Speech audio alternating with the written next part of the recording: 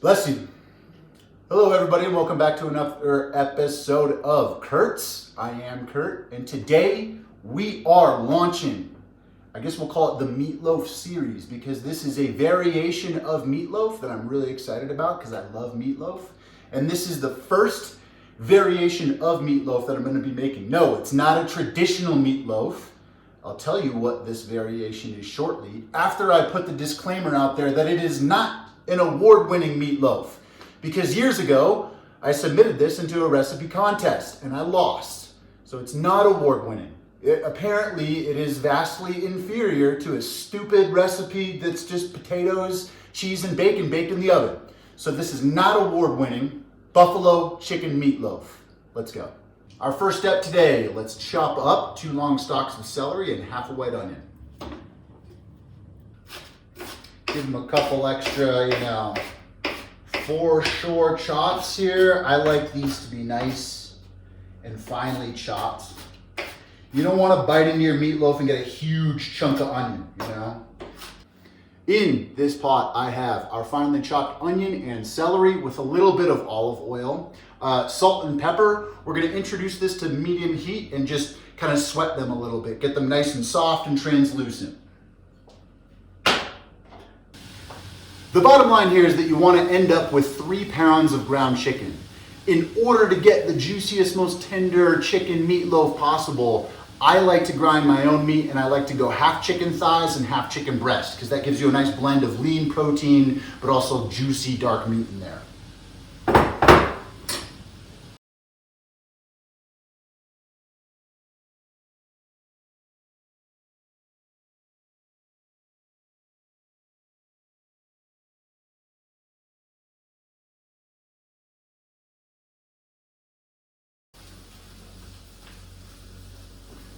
Yeah, so at the end of the day, this is what you're looking for. 3 pounds-ish of ground chicken that is going to be nice and juicy. So, get your ground chicken into a big bowl like this. We're going to combine everything into this bowl. So make sure you got a little bit of space. And preheat your oven to 350 degrees. Grate some Parmesan cheese. You're going to want about 1 cup of this.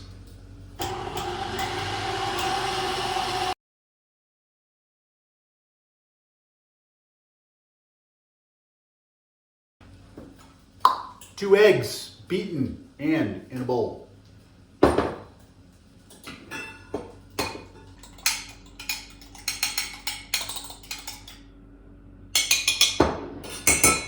Our onions and celery are just about done. As you can see, they got a little bit of color to them, but for the most part, they're just softened out and kind of moist and soft and cooked and translucent.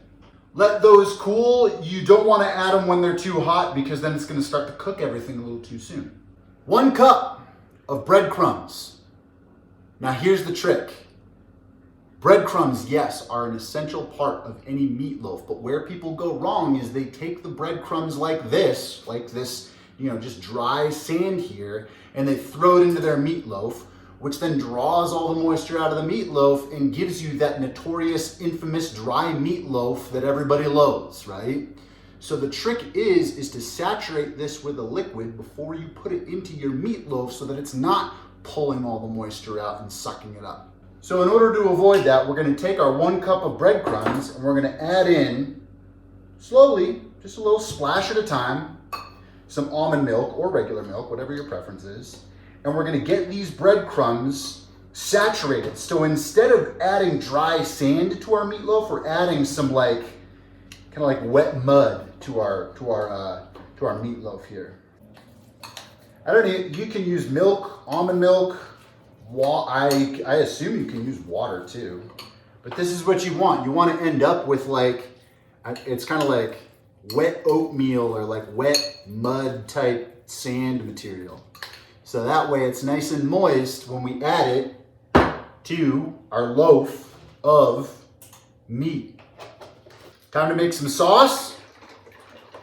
1 cup of buffalo wing sauce. This is Frank's Red. Texas Pete is the best, but I can never find it out here. So make do with what you got. I have some homemade ranch dressing here. that I made with light mayonnaise and light sour cream, so it's like light ranch here. About a half a cup into our sauce. Stir it up. Should end up with this nice light, but like kind of like, you know, creamy buffalo sauce. Ho, ho, ho, ho, ho. This is where the fun begins. Combine everything into your meat concoction. Let's go. Starting with the breadcrumbs. Take our egg, our Parmesan cheese, and our onions and celery. And yeah, now is where the fun truly begins. Do not be afraid. You cannot be afraid to get your hands messy in this. This recipe requires us to get gooey and nasty and just wonderful with all this wonderful stuff. Mash it up with your hands. Get it all good and combined. This is good. This is beautiful. Look at this right here. Beautiful. Look at this beautiful, nasty mixture. Half a cup of our sauce. And I like to mix that into the buffalo chicken.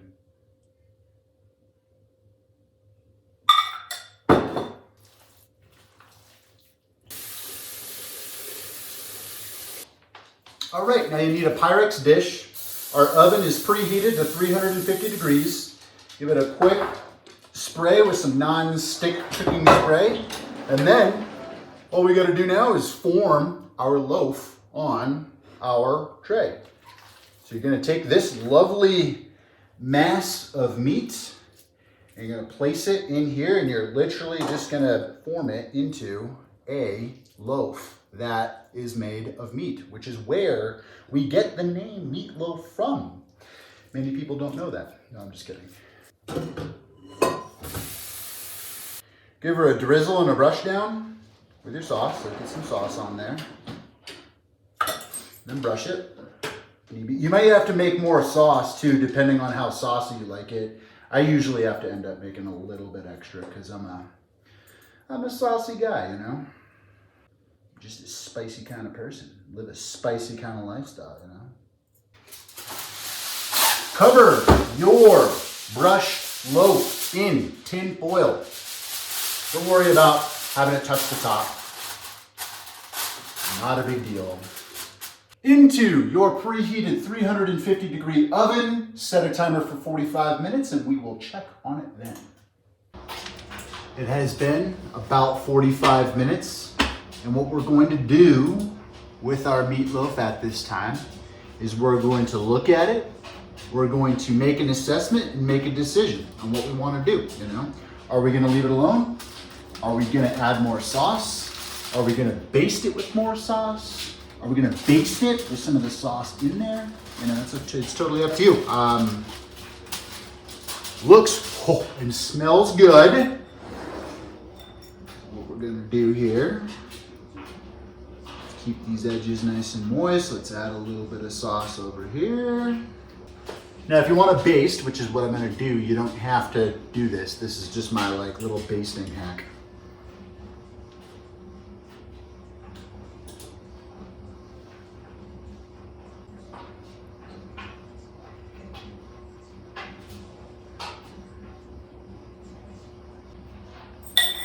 That's it. It's fine. It's looking good, looking tasty, smelling tasty. We're reading about 92 degrees internal temperature at its thickest point. So let's give it another 30 minutes in the oven and we'll check on it in another 30 minutes. Might need a little bit more than an hour 15, but we'll see. We'll see. That's why we cook to temperature, not to time. Okay, it's been another 30. Let's see how we're doing. Ooh, getting some juices out of it now. That's what I'm talking about. It wasn't the cookie jar, buddy. Okay. We have sauced and basted yet again And now, we're reading about 135 internal temp, so we are gonna need more time. I'm gonna give it another 15 minutes. I checked on it after our last 15-minute increment and gave it another 5. So we are successfully reading over 160. Our buffalo chicken meatloaf is almost done. It needs to rest for a few minutes, but this is the final product before resting. This is our buffalo chicken meatloaf. We cooked it for a total of 1 hour and 35 minutes in a 350-degree oven. It is now reading at least 160 degrees in all areas within.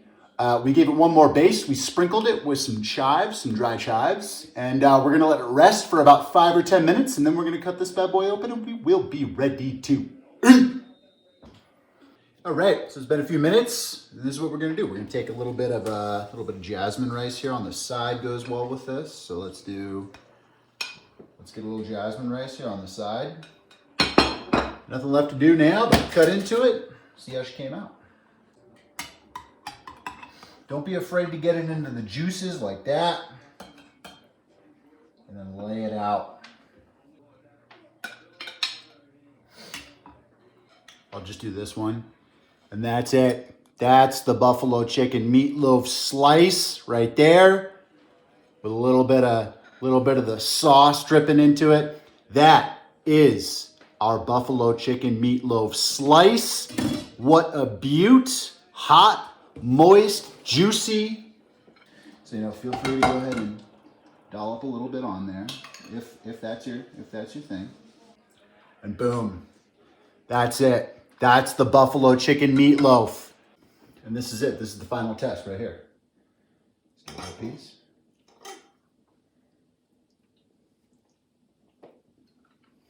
Award-winning. Delicious. I just have one thing to say. I am constantly impressed with how tender and juicy it comes out.